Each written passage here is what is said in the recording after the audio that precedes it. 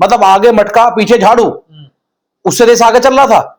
Gutter में काम करने वाला व्यक्ति जो बेचारा सुबह 4 बजे उठ के जाता है, उसमें गटर में उसकी हत्या हो जाती, मृत्यु हो जाती है। मतलब सदियों की बेड़ियों को तोड़ने का कोई काम किया गया। उस बेड़ी को जब उन्होंने देखा कि अब हमारा कोई दास कोई गुलाम नहीं बनेगा, तो ये बटने वाली बात हो गई। हुंकार है, भरी जाएगी, जवाब दिया जाएगा।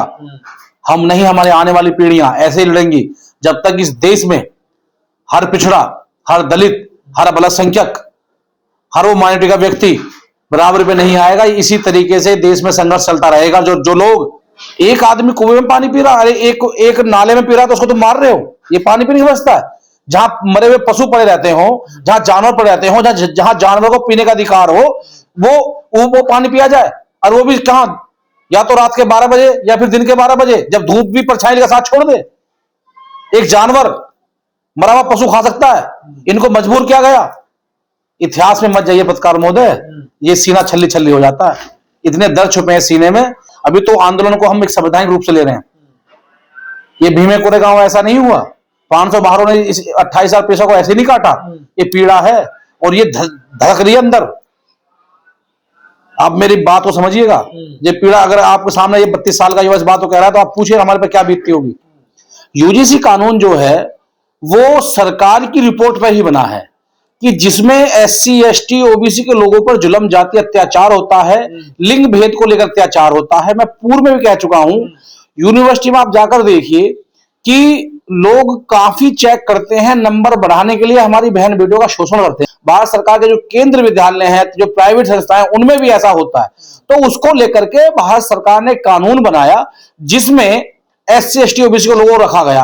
और ये सिर्फ एससी, एसटी, ओबीसी वो लोग नहीं है, इनमें महिला भी है और महिला अपर कास्ट की भी है।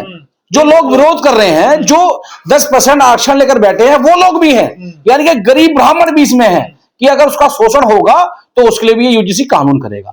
अगर कोई ठाकुर महिला है, ये उसके लिए भी काम करेगा। तो इसमें विरोध की तो कहीं शंका ही नहीं होती। हाँ, ये कह सकते हैं कि आप कि जो मनुस्मृति को मानने वाले लोग हैं, जो पूरे भारतवर्ष की महिलाओं को अपनी जूती, अपनी दासी समझना चाहते हैं, कि वो आज कैसे हमें चैलेंज कर दे। और मैं इसमें कह रहा हूं, इसमें कई ऐसी बड़ी संस्थाएं तो अभी छूट गई हैं जो आप आईआईटी के रूप में देखेंगे, और तमाम ऐसी संस्थाएं हैं जहां यूजीसी कानून नहीं काम कर पाएगा। मैं चाहता हूं कि उसको भी लिया जाए। उसी के साथ साथ जब कोई अपराधी अपराध नहीं करेगा तो उसे पुलिस कानून से भय कैसा? यानी कि इसका मतलब तुम जानबूझ करके अपराध करते हो, जानबूझ करके शोषण करते हो देश की महिलाओं का, बेटियों का, एससी, एसटी, ओबीसी माइनॉरिटी के लोगों का।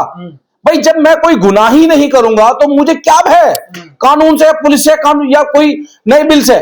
इसका मतलब इनके दिमाग में मंशा रहती है कि हमें बेटियों का शोषण करना है, हमें महिलाओं का शोषण करना है, हमें देश के उस वर्ग का शोषण करना है जो मजदूर किसान का बेटा, कि कहीं वो कील ठोकने वाला व्यक्ति, कहीं वो मजदूर का जूते काटने वाला व्यक्ति, कहीं वो बढ़ई का बेटा, कहीं वो मुस्लिम का बेटा, पिछड़े का बेटा, यादव समाज, गुर्जर का बेटा, कहीं या बेटी पढ़ करके अफसर ना बन जाए। पर सवर्ण समाज ये कह रहा है कि अब छुआछूत भेदभाव होता ही नहीं है। कौन कह रहा है? जो इस बात को कह रहा है वो रोटी बेटी का रिश्ता तय करे। आज भी ये आंकड़े भारत सरकार के मेरे घर पे नहीं बने या आपके घर पे नहीं बने कि भेदभाव नहीं है। कितने भेदभाव नहीं होते। हाथरस की घटना आपने देखी, अंतिम संस्कार करने दिया गया। अमेठी घटना आपने देखी, वो वाल्मीकि समाज को मारा गया। हरियाणा में आपने देखा। ऐसी मैं घटनाएं आपको हजारों गिना सकता हूं, जिसमें सर पे कैसे रख सकते हो तुम? अगर कोई बराबरी की बात कर रहा है, कोई बेचारा दबा कुचला, शोषित, पीड़ित, वंचित समाज का व्यक्ति अगर बराबरी की बात कर रहा है, तो आप कह रहे जूती सर पे रखने वाली बात कर रहे हो। तो इसका पैरों में रहती है ना। देखिए कौन सी जूती? अगर वो जिस समाज को आप जूती समझने की बात कर रहे हो ना, सूद समाज को, जिसमें एससी, एसटी, ओबीसी माइनॉरिटी के लोग आ गए हैं और महिला भी आ गई है, ये वही जूतियां तुम्हारे सिर पे नहीं, सिर पे भजेंगे भी। जो आपकी गंदी मानसिकता है ना, जो आप लोगों को बराबरी का अधिकार नहीं दे रहे हो, तो ये आप देखना। अभी जो हमारे एक भाजपा के उन्नाव से सांसद हैं साक्षी महाराज, हालांकि मैं उनसे कोई इत्तेफाक नहीं रखता, वो बीजेपी के सांसद हैं, उन्होंने लेकिन वो बीजेपी की गाइडलाइन से हट करके वो अंबेडकर मूवमेंट पे बोले। उन्होंने कहा कि अगर 90% व्यक्ति अगर इसको अपना विरोध मान ले, तो उन्होंने कहा कि आप विधायक, सांसद, मंत्री नहीं बन पाओगे, तुम्हारा घरों से निकलना बंद हो जाएगा। ये तो जब यूजीसी का मामला हुआ तो आपने देखा मोहन भागवत जी पूरा जोर लगा रहे हैं कि कोई विरोध ना करे, इनके झंडे कौन उठाएगा, इनके डंडे कौन उठाएगा, इनकी शाखाओं में कच्छा कौन पहनेगा, इनकी दरी कौन बिछाएगा? तो मेरा तो हाथ जोड़ के निवेदन है ओबीसी समाज के लोगों से, ए मेरे जाट गुजर भाइयों, ए मेरे यादव भाइयों, ए मेरे पिछड़े समाज के लोगों, तुम्हें समय आ गया हुक्मरान बनने का। चाहे वो लले यादव रहे हो, सर छोटू राम रहे हो, चाहे वो मीर भोज रहे हो, सबने अपना काम किया इस देश को आगे बढ़ाने के लिए। तो आज समय है कि यूजीसी बिल को, कानून को पारित किया जाए। हमारे अपनी बहन बेटी, अपने बच्चे को, भविष्य को बनाने के लिए कानून बहुत जरूरी है। अगर ये कानून सुप्रीम कोर्ट से पुनः बहाल नहीं किया गया तो आप देखेंगे कि हमारे लोगों के मनोबल टूट जाएंगे। साक्षी महाराज को डर सता रहा है, अगर इसमें लागू नहीं होता तो SC ST OBC अगर सड़कों पर उतर गए तो फिर क्या होगा? नहीं, ये डर साक्षी महाराज का नहीं है, ये उनकी, मैं कह सकता हूँ, ये उनकी बहादुरी है। और ये बहादुरी प्रधानमंत्री मोदी जी को दिखानी चाहिए कि वो भी ओबीसी समाज के लोग हैं, वो भी देश के प्रधानमंत्री ओबीसी हैं। कि कानून बनाए, अच्छी बात है, स्वागत करना चाहिए, बहुत सारे कानून बने। मेरा वही कहना है कि सबको स्वागत करना चाहिए। और ये उन्होंने सीधा प्रहार करा है कि भाई ये बात एक कानून की नहीं है। अगर इस समाज ने अपना विरोध मान लिया तो तुम्हारा बाइकआउट कर देगा, ये तुम्हें वोट भी नहीं देगा। और इस बात को अम्बेडकर साहब कहते थे कि जिस दिन ये समाज हुक्मरान बनना सीख गया, काशीराम साहब कहते थे, जिस दिन उन्होंने अपनी ताकत को पहचान लिया ना, ये समाज पहाड़ जैसा है, हाथी आकार है इस समाज का। पर श्रवण कह रहे हैं हमें जानबूझ के फंसाया जाएगा, हमें जानबूझ के अपराधी बना दिया जाएगा। जो आज तक लाखों मुकदमे, करोड़ों मुकदमे चले हैं, जिनमें माने supreme court, high court, district court ने निर्णय लिए हैं, वो किस लिए बने हुए हैं? जब आप गुनाह ही नहीं करोगे। कुछ समाज के लोगों की अय्याशियों पे, उनकी मनमानी पे ये कानून उन पे लगाम लगाने का काम करेगा। और कह रहे हैं सुप्रीम कोर्ट ने रोक लगाई है, इस पे स्टे लगाया, तो क्यों इतना आंदोलन कर रहे हैं? नहीं, सुप्रीम कोर्ट का तो लोग बहाना लेते हैं। जो लोग ये सोच रहे हैं कि भाई मुट्ठी भर लोग ही सत्ता तय करेंगे, अब वो समय नहीं है। तो बहुजन भी तो बड़े आंदोलन की तैयारी कर रहे हैं। होगा आंदोलन, बिल्कुल होगा। मैं तो कहना चाह रहा हूं कि विपक्ष पार्टी में पूरी ताकत दिखाएं, अभी ताकत लगाएं। और मैं तो कहता हूं कि ये एक आंदोलन का आगाज है। हम लोगों ने जंतर मंतर प्रदर्शन किया, सोशल मीडिया के माध्यम से पता, हम लोगों ने अपनी बात को उठाने का काम किया। हम एक समाज नहीं है, लेकिन समाज का एक अंग है। युवा शक्ति दल अपनी भूमिका निभा रहा है। तो मैं तो चाहता हूं जो बड़ी बड़ी पार्टियां, बड़े बड़े संगठन है जिनमें युवा सदनों का साथ देगा, वो शुरुआत करें, वो ताकत बनाए। इससे हिंदू समाज कमजोर नहीं होगा, बढ़ नहीं जाएगा। तो ये कौन है? ये वोट के लिए हिंदू है क्या? यादव हिंदू नहीं है क्या? जाट हिंदू नहीं है क्या? गुर्जर हिंदू नहीं है? जाटव हिंदू नहीं है? आप चाहे अम्बेडकरवाद का हो, चाहे कुछ भी कहो, हमारे बहुत से ऐसे जो है दिनचर्या होती है, हम जो हमारे पारंपरिक कार्यक्रम वो ऐसे होते हैं जिसमें आप धर्म से हटा करके देखेंगे तो हम सब भाई नजर आते हैं। लेकिन सिर्फ वोट के लिए हम हिंदू हैं। इस देश का मुट्ठी भर हिंदू ये तय करेगा कि इस बहुत बड़ी आबादी का हिंदू क्या करेगा। क्या आप हिंदू के नाम पे किसे हिंदू मान रहे हैं? क्या आप अपर कास्ट के ब्राह्मण को हिंदू मान रहे हैं? वो ब्राह्मण जो आज 10% हमें आरक्षण ले रहा है संविधान के द्वारा, हम स्वागत करते हैं उनका। आप शिव ठाकुर को हिंदू मान रहे हैं, बन्ने को हिंदू मान रहे हैं। इस देश में जो लोग बैठे हैं वो मुट्ठी भर हिंदू तय नहीं करेंगे बहुत बड़ी आबादी का। जिस दिन मेरे ओबीसी समाज के लोगों पर, पिछड़े लोगों पर ये धर्म की पट्टी हट गई ना, तो उनके हर एक घर में डॉक्टर, इंजीनियर, IAS PCS होंगे। कह रहे हैं SC ST का तो कानून था, ये ओबीसी को क्यों ऐड कर लिया इसमें? तो क्या आपत्ति है? 112% के आपत्ति तो ओबीसी से है ना, देखिए सवर्ण क्लास को आंदोलन तभी तो हुआ ना। तो अब ऐसा है ना, फिर ओबीसी इनके लिए लठैत नहीं बनेगा ना। अगर जब ओबीसी इसमें आ जाएगा और जो शोषण उनका होता है, जब वो शोषण, जो उन्हें पता लगेगा ऐसे शोषण हो कहां रहा है हमारा, तो ओबीसी भी इनकी गुलामी पे नहीं आएगा ना, जो धर्म की पट्टी लगा करके उनको गुमराह करने का काम करते हैं। सीजेआई कह रहे हैं कि ऐसा होता नहीं है। आप देखिए कौन सीजेआई कह रहे हैं? सुप्रीम कोर्ट के सीजेआई, देखिए उन्होंने तो रोक लगाई। उनसे पहले सीजेआई पे जूता लगा, किस कारण लगा? क्या इस सीजेआई पे जूता मारा किसी ने? फिर वही बात कर रहा हूं, बड़ी मतलब जिम्मेदारी से कह रहा हूं, SC ST OBC के लोगों में इतनी हिम्मत नहीं हो पाई कि एक जिस सुप्रीम कोर्ट ने जो है ये निर्णय देने का काम किया उस पर जाकर के उंगली उठा दे, और एक सीजेआई ने एक शब्द कहे तो उसमें जूता मार दिया। तो ये जातिवाद नहीं तो क्या है?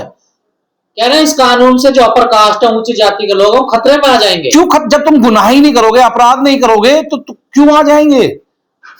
भाई सरकार ने एक पॉलिसी बनाई, सरकार के आंकड़े निकल कर आएंगे, ये ऐसा हो रहा है। अपर कास्ट के कुछ लोग बेटियों को शोषण का शिकार बना रहे हैं, बहनों का शिकार बना रहे हैं। पर इसका विरोध करते करते यूजीसी का अपर कास्ट अब कहने लगे कि मनोवाद, ब्राह्मणवाद जिंदाबाद। जो इस बात को कह रहे हैं ना कि ब्राह्मणवाद जिंदाबाद, ये उन ब्राह्मण के लोगों का विरोध कर रहे हैं जो बेचारे मानवता को पसंद करते हैं। ब्राह्मणवाद का मतलब ये नहीं कि सभी ब्राह्मण गलत है।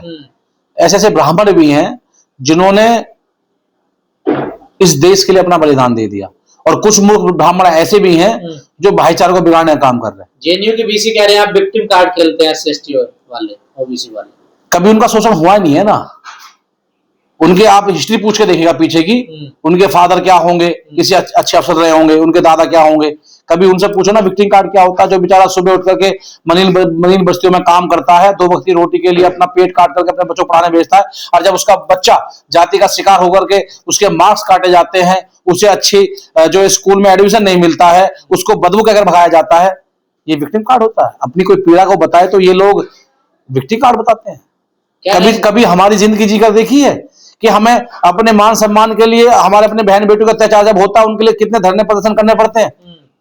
बताएं जरा एक बार, वो जो लोग इस बात को कह रहे हैं कि ब्राह्मणवाद जिंदाबाद, कि उन्होंने उनके समाज में कितने अत्याचार और कितने धरने प्रदर्शन किए। एक समाज अपने बचाव के लिए, अपने मौलिक अधिकार के लिए, भारत सरकार के बिल के लिए, जो भारत सरकार कह रही है कि हाँ वास्तव में ऐसा हो रहा है, उसके लिए धरना प्रदर्शन कर रहा है, मांग कर रहा है, और एक दूसरा व्यक्ति जो इसको छुपा रहा है कि गलत हो रहा है, उसके समर्थन में आ रहा है। लेकिन ब्राह्मण ये कह रहे हैं कि दलित पिछड़े जानबूझकर ब्राह्मणों को निशाना बना रहे हैं इस आंदोलन के थ्रू। कोई नहीं बन रहा। कानून सबके लिए बराबर है, जो गलत करेगा उसे भुगतना पड़ेगा। और ये बिल ये रोक करके क्या कर रहे हैं, ये हमारा भाईचारा मजबूत कर रहे हैं, और हम इस मजबूती को बढ़ाएंगे। तो आज दूरियां बढ़ रही हैं, कोई दूरियां नहीं है। कास्ट एक तरफ हो गए हैं, दलित पिछड़े एक तरफ हो गए हैं, देखिए 2 भागों में बढ़ गया ना, देखिए पूरा। नहीं, हम तो अपने कानून की बात कर रहे हैं, हम बंटने की बात नहीं कर रहे हैं। अगर कोई हमारे हक अधिकार को मारेगा तो क्या हम विरोध ना करें? अगर इसे बंटना कहते हैं, अपने अधिकार को मांगना, इनके शब्दों में बंटना है, तो हमें तैयार है, हमें कोई दिक्कत नहीं। हमने तो अपना अधिकार मांगा है ना, हमने तो कोई पॉलिसी बनाई नहीं। कह रहे हैं इस कानून से देश पीछे जाएगा। कहां पीछे जाएगा? तो ये कितना आगे ले गए, मतलब आगे मटका पीछे झाड़ू, उससे देश आगे चल रहा था। गटर में काम करने वाला व्यक्ति जो बेचारा सुबह 4 बजे उठ के जाता है, उसमें गटर में उसकी हत्या हो जाती, मृत्यु हो जाती है गंदगी कारण, उसका बच्चा पढ़ नहीं पाता, तब देश आगे नहीं चल रहा था। मतलब सदियों की बेड़ियों को तोड़ने का कोई काम किया गया। उस बेड़ी को जब उन्होंने देखा कि अब हमारा कोई दास, कोई गुलाम नहीं बनेगा, तो ये बटने वाली बात हो गई। हुंकार है, भरी जाएगी, जवाब दिया जाएगा। हम नहीं, हमारे आने वाली पीढ़ियां ऐसे ही लड़ेंगी जब तक इस देश में हर पिछड़ा, हर दलित, हर अल्पसंख्यक, हर वो माइनॉरिटी का व्यक्ति बराबर पे नहीं आएगा। इसी तरीके से देश में संघर्ष चलता रहेगा। जो लोग इस बात को कह रहे हैं कि बंटने की बात कर रहे हैं, बांटने की बात नहीं कर रहे हैं, एक समय ऐसा भी आएगा जो आज ऊपर बैठे वो नीचे जाएंगे। वर्ण व्यवस्था पे हमला हो रहा है एक तरीके का। हाँ, तुम्हारी मनुस्मृति के हिसाब से वर्ण व्यवस्था पे हमला हो रहा है, और तुम जो संविधान पे हमला कर रहे हो उसका हम जवाब न दें। मतलब तुम व्यवस्था को नहीं मानते? मैं बिल्कुल नहीं मानता। वर्ण व्यवस्था बिल्कुल देश को बर्बाद कर देगी। कह रहे खाट के चारों पाए हैं, ये जो 4 वर्ण है, ये देखिए। कौन से खाट के 4 पाए? तो बराबर करो ना, क्यों रोक रहे हो? ब्राह्मण वैश्य। हाँ, तो जब 4 पाए हैं एक खाट के, तो बराबर करो ना। एक खाट का एक पाया टूट जाए तो खाट रह पाएगी? ये तोड़ने का काम कर रहे हैं। तो बराबर तो है आप कहते हैं। कहां बराबर है? पानी नहीं पीने दिया तो कैसे जीवित रहे आप? कौन नहीं? आप पानी पीना किसे मानते हैं? एक आदमी कुएं में पानी पी रहा है, एक नाले में पी रहा है, तो उसको तुम मार रहे हो? ये पानी पीने की व्यवस्था है? जहां मरे हुए पशु पड़े रहते हो, जहां जानवर पड़े रहते हो, जहां जानवर को पीने का अधिकार हो, वो पानी पिया जाए। और वो भी कहां? या तो रात के 12 बजे या फिर दिन के 12 बजे, जब धूप भी परछाई का साथ छोड़ दे। एक जानवर मरा हुआ पशु खा सकता है? इनको मजबूर किया गया। इतिहास में मत जाइए पत्रकार महोदय, ये सीना छल्ली छल्ली हो जाता है। इतने दर्द छुपे हैं सीने में। अभी तो आंदोलन को हम एक संवैधानिक रूप से ले रहे हैं। ये भीमे कोरेगांव ऐसा नहीं हुआ, 500 बाहरों ने इस 28,000 पैसों को ऐसे नहीं काटा। ये पीड़ा है और ये धड़क रही है अंदर। आप मेरी बात को समझिएगा। ये पीड़ा अगर आपके सामने ये 32 साल का युवा इस बात को कह रहा है, तो आप पूछिए हमारे पे क्या बीतती होगी। आज भी हम धरने प्रदर्शन कर रहे हैं अपने हक अधिकारों के लिए। नेता इस बात को नहीं समझेंगे। हम तो जमीन में रहने वाले व्यक्ति हैं, कार्यकर्ता के रूप में काम करने वाले व्यक्ति हैं। लेकिन इस रेगुलेशन को लाकर, इस नियम को लाकर सरकार चुप हो गई, उसकी तरफ से कोई जवाब नहीं आया। सरकार इसलिए चुप हो गई कि उन्होंने पहल करी कि सरकार केंद्र की जाने वाली है 29 में। जिस स्टेट से मैं आता हूं, उत्तर प्रदेश से, यहां से भी जाने वाली है। उनको लगा कि ओबीसी को कैसे रोका जाए। आप देख नहीं रहे, अभी यूजीसी को रोकने के लिए हिंदू सम्राट सम्मेलन किए जा रहे हैं कि लोग वहां ना पहुंचे। उनसे क्या होगा? वहां ही नहीं रहे लोग जागरूक हो चुके हैं। बस थोड़ी सी उम्मीद है कि जो हमारी समाज की जो महिलाएं हैं, बेटियां हैं, बहनें हैं, उनको रोका जाए। उनको समझाया जाए कि आपको इन ढंबली बजाने से कोई कुछ नहीं मिलेगा। जब तक आप कलम किताब नहीं पकड़ोगे, आप नर्स डॉक्टर इंजीनियर नहीं बनोगे, आपका कोई विकास नहीं हो सकता। तो ये चाह रहे हैं, एक तरफ सरकार समाज के लोग लगे हुए हैं कि देश की बहन बेटी को पढ़ लिखकर बराबरी का अधिकार दे दिया जाए, शूद्र पिछड़ों को बराबरी का अधिकार दिया जाए, और एक तरफ लोग अंधकार में झोंक रहे हैं। आप देख नहीं रहे, जब से यूजीसी का मामला आया है, तमाम बहुत सारे बाबा संत पुरानी भागम भाग कर रहे हैं, सम्मेलन कर रहे हैं। करो सम्मेलन, मैं तो बधाई देता हूँ ओबीसी भाइयों को। सरकार को ये पता ही नहीं था कि ओबीसी समाज इतना जागरूक हो जाएगा। ये तो इन्होंने सोचा था कि शायद हम इसको वोट बैंक में इस्तेमाल करेंगे, और जैसे ही प्रदर्शन किया श्रवण कास्ट के लोगों ने, तो हमारा ओबीसी समाज तैयार हो गया कि ठीक है हम बताएंगे। और ये तो शुरुआत, अभी तो बहुत चीज देखना बाकी है, आंदोलन हम भी करेंगे।